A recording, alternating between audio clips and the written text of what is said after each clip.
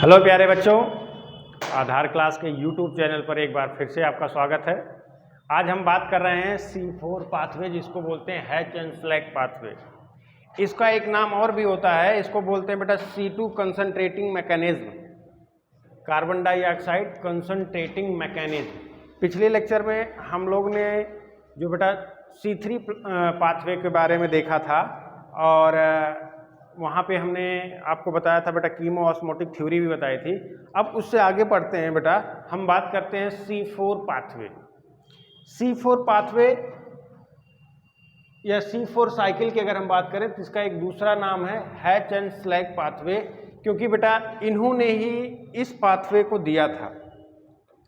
Detail study इन्होंने ही किया था। किस प्लांट में किया था बेटा? Sugar cane. Hatch and Slack ने C4 पाथवे की डिटेल स्टडी की थी। किस पे? शुगर केन प्लांट पे। शुगर केन प्लांट एक मोनोकॉट प्लांट है, sugar cane plant and maize leaf.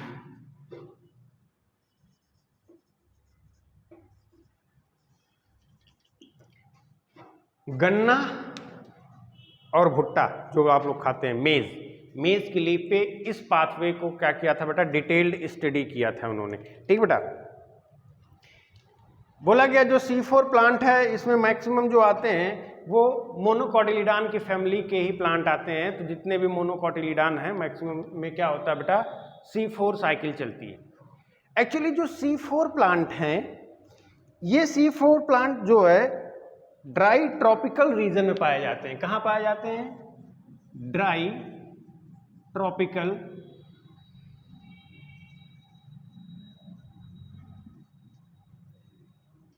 Tropical region में पाए जा रहे हैं। और ये बेटा एडॉप्टेड होते हैं हाई टेम्परेचर के लिए। किसके लिए? High temperature, high light intensity.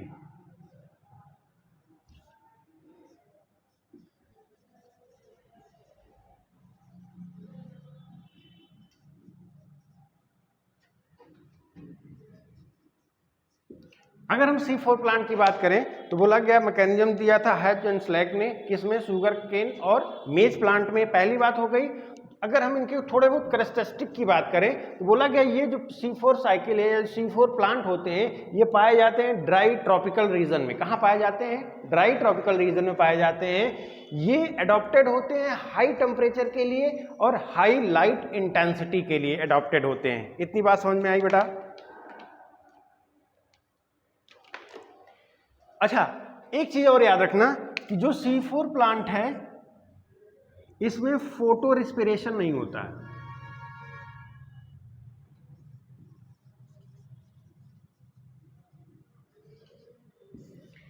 Photo respiration क्या है?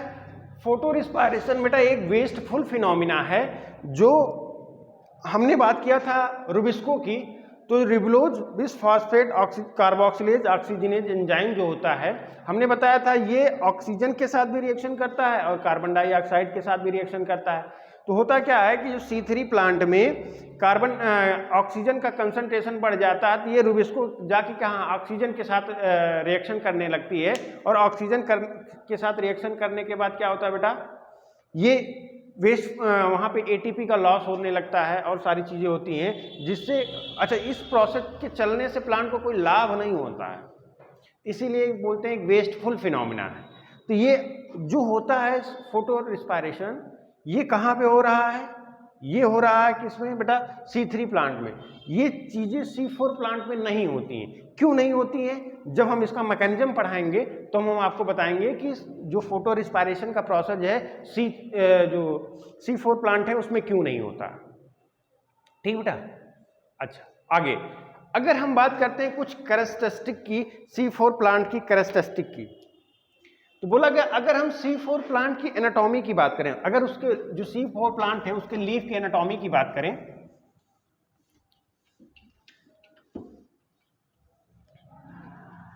तो बोला गया C4 लीफ में दो तरह के पैरेन्काइमा पाए जाते हैं, एक मीजोफिल, दूसरा बंडल शीथ। ये जो दो लेयर है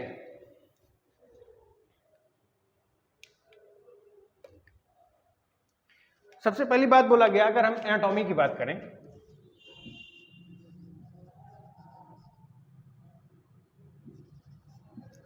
anatomy of leaf of C4 plant, तो बोला गया कि इसमें क्रेंज एनाटॉमी पाई जाती है। क्या पाई जाती है बेटा? क्रेंज एनाटॉमी।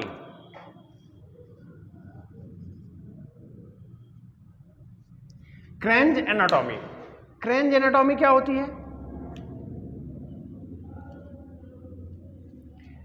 बोला गया कि अगर हम बात करते हैं जो C4 प्लांट उनकी लीफ की अगर हम बात करें और उसको हम कट कर दें, डाइसेक्शन काटें, तो बोला गया जो इनके वैस्कुलर बंडल होते हैं, किसके?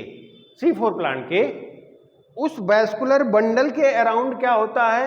कुछ सेल्स पाई जाती हैं। इन सेल्स की कैरेक्टरिस्टिक ये होती है बेटा, बोला गया कि इन सेल्स का कैरेक्टरिस्टिक ये है कि इस बंडल, जो वैस्कुलर बंडल है उसके सराउंडिंग में कुछ सेल्स पाई गई जो थिक वॉल्ड होती हैं और गैसियस एक्सचेंज के लिए क्या होती है? इम्परमिएबल होती हैं।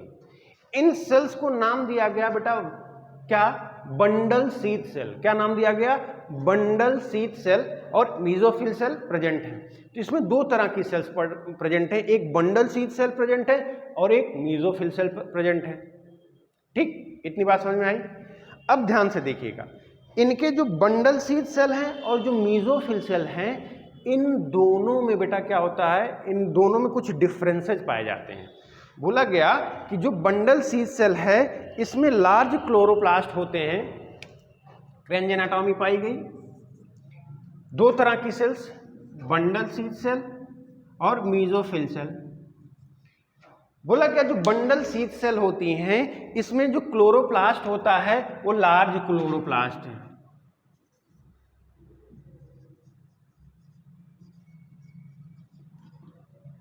क्लोरोप्लास्ट कैसा है बेटा? लार्ज है। दूसरी बात बोला गया कि यहां पे एक ग्रेनल क्लोरोप्लास्ट होता है, यहां पे ग्रेना अब्सेंट होता है, विदाउट ग्रेना एक ग्रेनल होते हैं।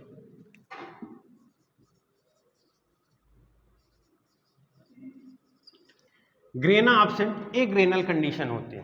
ठीक बेटा, अगर हम बात करते हैं जो मीजोफिल सेल के क्लोरोप्लास्ट हैं, ये मीजोफिल के सेल के क्लोरोप्लास्ट स्मॉलर होते हैं और इसमें क्या होता है बेटा? ग्रेना प्रेजेंट होता है।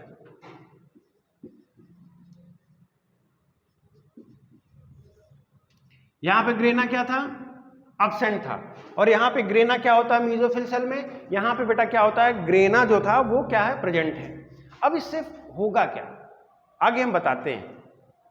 एक्चुअली क्या होता है, जो ग्रेना रीजन है इसी में ही क्या होता है, हमने बताया था नॉन साइक्लिक फोटोफॉस्फोराइलेशन होता है, तो यहां पे ऑक्सीजन का इवोल्यूशन हुआ होता है। ग्रेना वाले रीजन, मीजोफिल वाला जो सेल है इसमें क्या होगा? ऑक्सीजन का इवोल्यूशन होगा। और जो बंडल शीथ वाला सेल है यहां पे ऑक्सीजन का इवोल्यूशन नहीं होगा। और जो यहां पे रुबिस्को एंजाइम पाई जाती है वो कहां पाई जाती है? बंडल शीथ सेल में, ना कि मीजोफिल सेल में। इसलिए क्या होता है? ऑक्सीजन का रुबिस्को के साथ कोई कांटेक्ट नहीं होता है। इसीलिए हमने बताया कि यहां पे फोटो रेस्पिरेशन नहीं होता। इतनी बात क्लियर? अभी हम आके आपको डिस्कस करेंगे। बस ये समझिएगा कि जो क्रेंज एनाटॉमी में दो तरह की सेल्स पाई गई, बंडल शीथ सेल और मीजोफिल सेल। एक्चुअली होता क्या है कि क्रेंज एनाटॉमी का बोला गया कि इसमें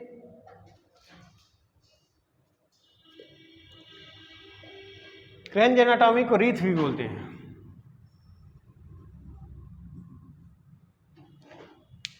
बंडल शीथ सेल उसके वैस्कुलर बंडल उसको सराउंड किए हुए चारों तरफ से कुछ सेल्स का एक बड़ी सेल्स का लेयर पाया गया, इसी को बोला गया क्रेंज एनाटॉमी। अच्छा, जो C4 साइकिल है, दो तरह के सेल्स हैं, mesophyll cell, bundle sheath cell. Mesophyll cells में क्लोरोप्लास्ट जो पाया गया स्मॉलर पाया गया और इसमें ग्रेना पाया जाता है। और जो बंडल शीथ सेल में जो क्लोरोप्लास्ट होता है लार्जर होता है और इसमें क्या होता है? ग्रेना अब्सेंट होती है। और एक चीज याद रखिएगा, जो बंडल शीथ सेल होती हैं ये क्या होती हैं? टाइटली अरेंज होती हैं, इनमें इंटरसेलुलर स्पेस एब्सेंट होता है।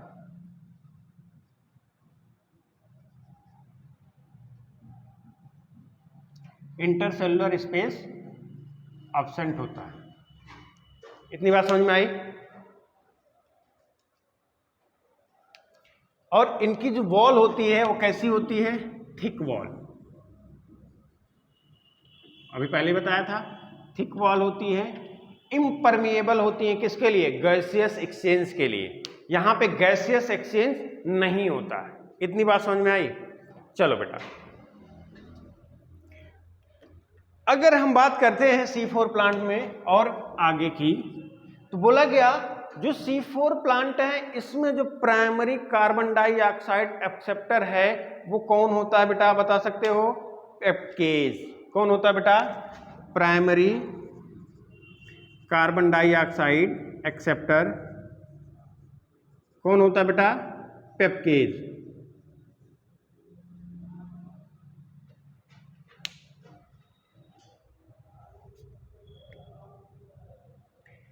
ये कहां पाया जाता है पेप्केज? ध्यान से देखते रहिएगा बेटा। ये कहां पाया जाता है पेप्केज? ये पेप्केज पाया जाता है मीजोफिल सेल में। कहां पाया जाता है?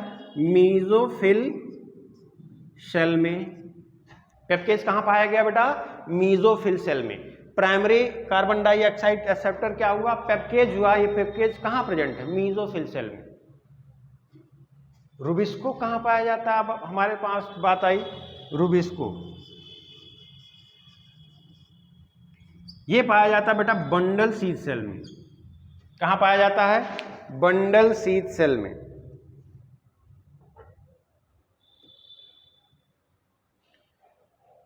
रुबिस्को कहां पाया गया?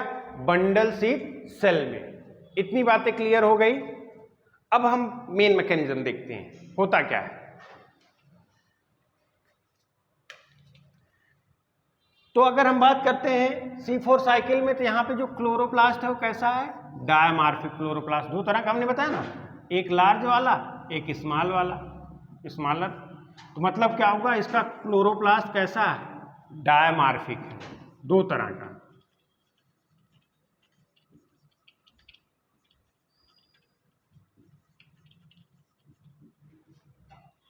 डायमार्फिक क्लोरोप्लास्ट है। इतनी बात समझ में आई। चलिए अब हम मेन मैकेनिज्म देखते हैं कैसे होता क्या होता है।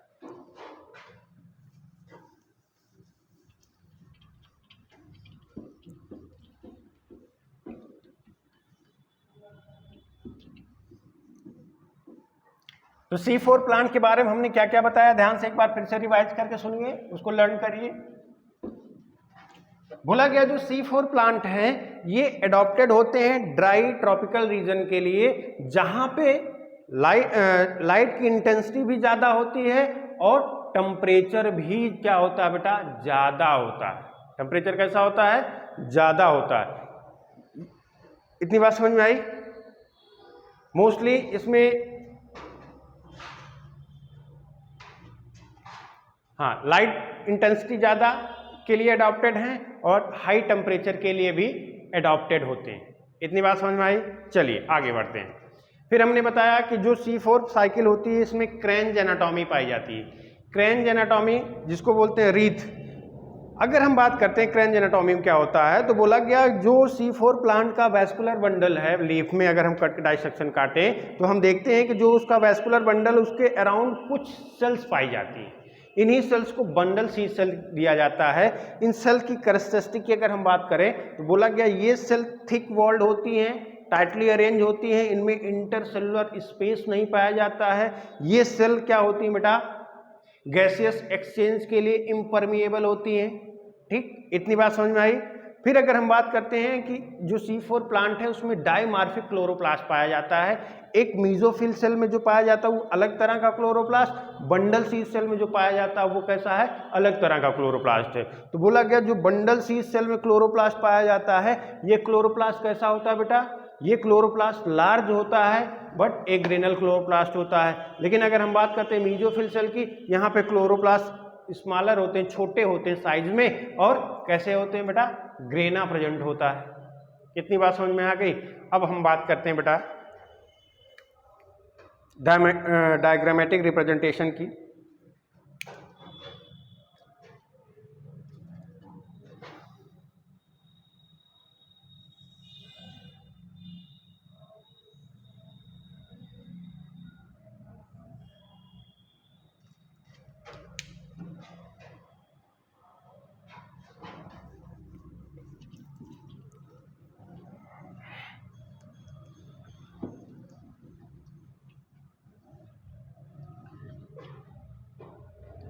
अपन के पास दो तरह की सेल्स हैं, एक मीजोफिल सेल है, एक बंडल सीड सेल है।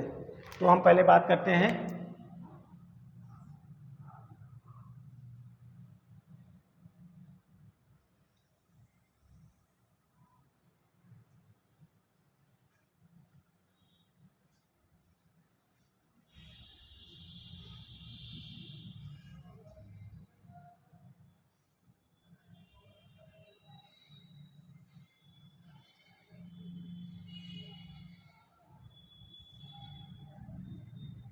एक कनेक्शन हो गया प्लाज्मोडेस्माटा जिसको बोला जाता है।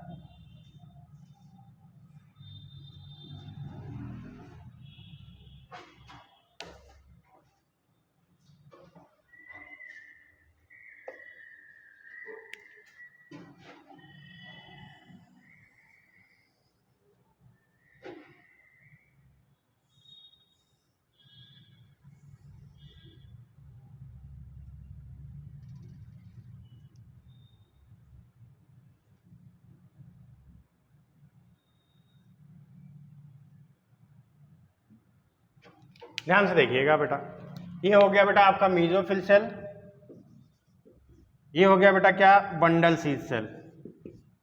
होता क्या है, एटमॉस्फेरिक कार्बन डाइऑक्साइड आता है, CO2 एटमॉस्फेयर का, ये आता बेटा, ये CO2 इंटर किया, ये CO2 बेटा ज्वाइंट होता किससे, फॉस्फोइनॉल पायरुवेट से, फॉस्फोइनॉल पायरुवेट जिसको बोलते हैं पेप।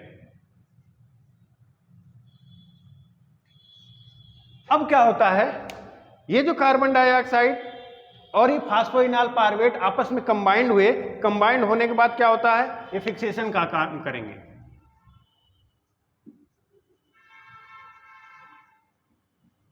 CO2 फिक्सेशन किया, फिक्सेशन करने के बाद क्या करते हैं बेटा, ये कन्वर्ट हो जाता है ऑक्जेलो एसिटिक एसिड में, OAA। ये क्या होता है, 4 कार्बन का कंपाउंड होता है जो OAA है, इसको फुल फॉर्म होता है ऑक्जेलो एसिटिक एसिड। ये ऑक्जेलो एसिटिक एसिड यहाँ पे फॉस्फोइनॉल पायरुवेट CO2 से कंबाइंड हुआ, कंबाइंड होके बेटा क्या होगा, CO2 फिक्सेशन हुआ और ये कन्वर्ट हो गया एक 4 कार्बन कंटेनिंग कंपाउंड में, जिसको बोलते हैं क्या, ऑक्जेलो एसिटिक एसिड। क्या बोलते हैं, ऑक्जेलो एसिटिक एसिड। ये फर्स्ट स्टेबल कंपाउंड है, इसलिए इसका नाम क्या रखा गया बेटा, C4 प्लांट। जैसे 3PGA बना था कहाँ पे, C3 में, तो 3 carbon containing first stable compound था, इसलिए उसका नाम दिया गया था C3 प्लांट। और यहाँ पे 4 कार्बन कंटेनिंग कंपाउंड बनता है जिसको बोलते हैं ऑक्जेलो एसिटिक एसिड, इसलिए इसका नाम क्या रखा गया बेटा, C4 प्लांट, क्योंकि फर्स्ट स्टेबल कंपाउंड कितने कार्बन का है, 4 कार्बन का है। अब ये जो ऑक्जेलो एसिटिक एसिड है, ये ऑक्जेलो एसिटिक एसिड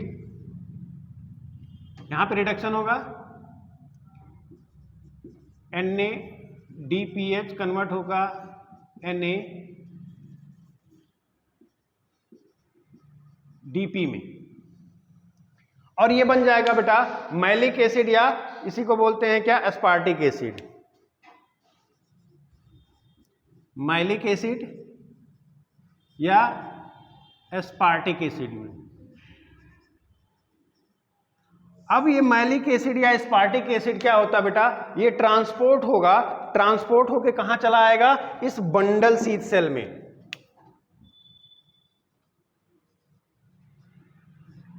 ट्रांसपोर्ट होके कहां आया, बंडल सीड सेल में। कौन बेटा, मैलिक एसिड या एस्पार्टिक एसिड।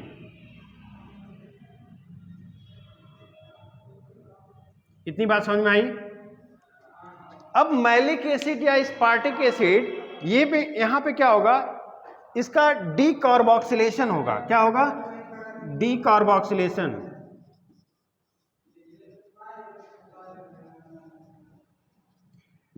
डीकार्बोक्सिलेशन होने का मतलब क्या हुआ कि एक यहां से कार्बन डाइऑक्साइड क्या होगा, रिमूव होगा। कार्बन डाइऑक्साइड रिमूव हो गया और यहां पे क्या बन गया बेटा, पायरुविक एसिड। क्या बन गया बेटा? Pyruvic acid. क्या बन गया? Pyruvic acid. और ये CO2 क्या हो गया बेटा, निकल गया। डीकार्बोक्सिलेशन प्रोसेस में क्या हो गया, CO2 निकल गया। अब ये जो CO2 निकला है, ध्यान से देखिएगा बेटा, ये जो CO2 निकला है ये जाएगा बेटा कहां पे, केल्विन साइकिल में। कहां पे जाएगा? केल्विन साइकिल में।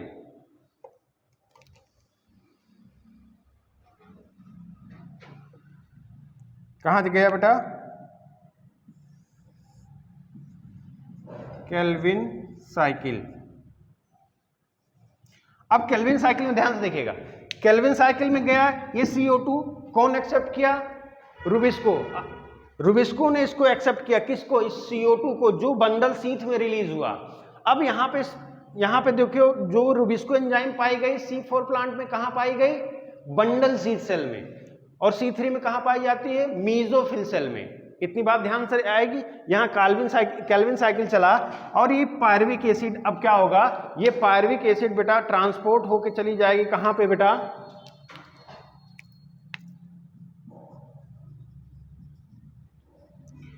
पायरुविक एसिड ट्रांसपोर्ट हुई और ट्रांसपोर्ट होके कहां चली गई बेटा?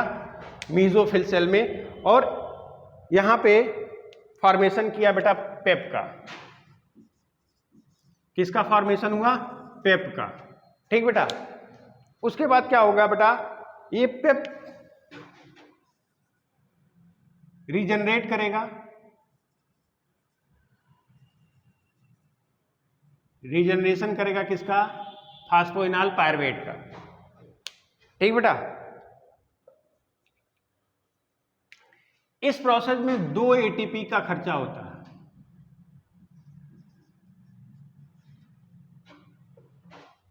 ठीक। तो हमने जब बताया था केल्विन साइकिल में, तो यहां पे हमने आपको क्या बताया था कि यहां पे 3 ATP का रिक्वायरमेंट हुआ था केल्विन साइकिल में और 2 ATP यहां लग गया, मतलब क्या हुआ? 5 ATP। अब यहां पे भी क्या होता बेटा, एक ग्लूकोज मॉलिक्यूल या एक हेक्सोज मॉलिक्यूल बनने के लिए इस साइकिल को 6 टर्न चलना पड़ता है। तो यहां पे जो एक ग्लूकोज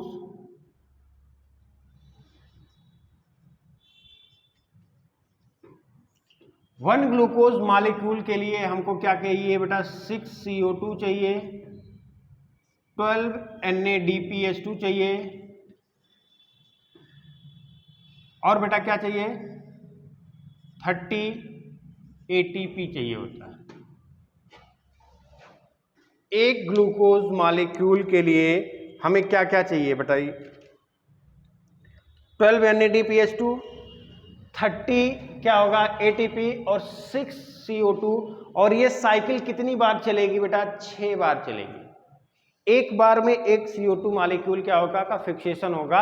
अब यहाँ पे ये साइकिल 6 टर्न चलेगी। तो एक ग्लूकोज के लिए क्या होगा बेटा? 6 CO2, 12 NADPH2, 30 ATP चाहिए। एक बार फिर से ये देख लीजिएगा, एटमॉस्फेरिक CO2 ये आया बाइकार्बोनेट के फॉर्म में, फास्फोइनॉल पायरुवेट से कंबाइंड हुआ और इसमें CO2 फिक्सेशन हुआ और बना क्या? Oxaloacetic acid. ये ऑक्जेलोएसिटिक एसिड यहाँ पे NADPH किस में कन्वर्ट हुआ बेटा? NADP में। किस में कन्वर्ट हुआ? NADP में। और यहाँ पे क्या हुआ? ये ऑक्जेलिक एसिड रिड्यूस हो गया किसमें? मैलिक एसिड में या एस्पार्टिक एसिड में। ये ट्रांसपोर्ट हुआ कहाँ आया? बंडल शीथ सेल में। यहाँ पे डीकार्बोक्सिलेशन हुआ, कार्बन डाइऑक्साइड रिलीज हुई। ये कार्बन डाइऑक्साइड कहाँ चली गई? केल्विन साइकिल में। एक चीज याद रखना बेटा, यहाँ पे जो होता है केल्विन साइकिल, ये बंडल शीथ सेल में चलती है। केल्विन साइकिल कहाँ चलती है? बंडल शीथ सेल में चलती है।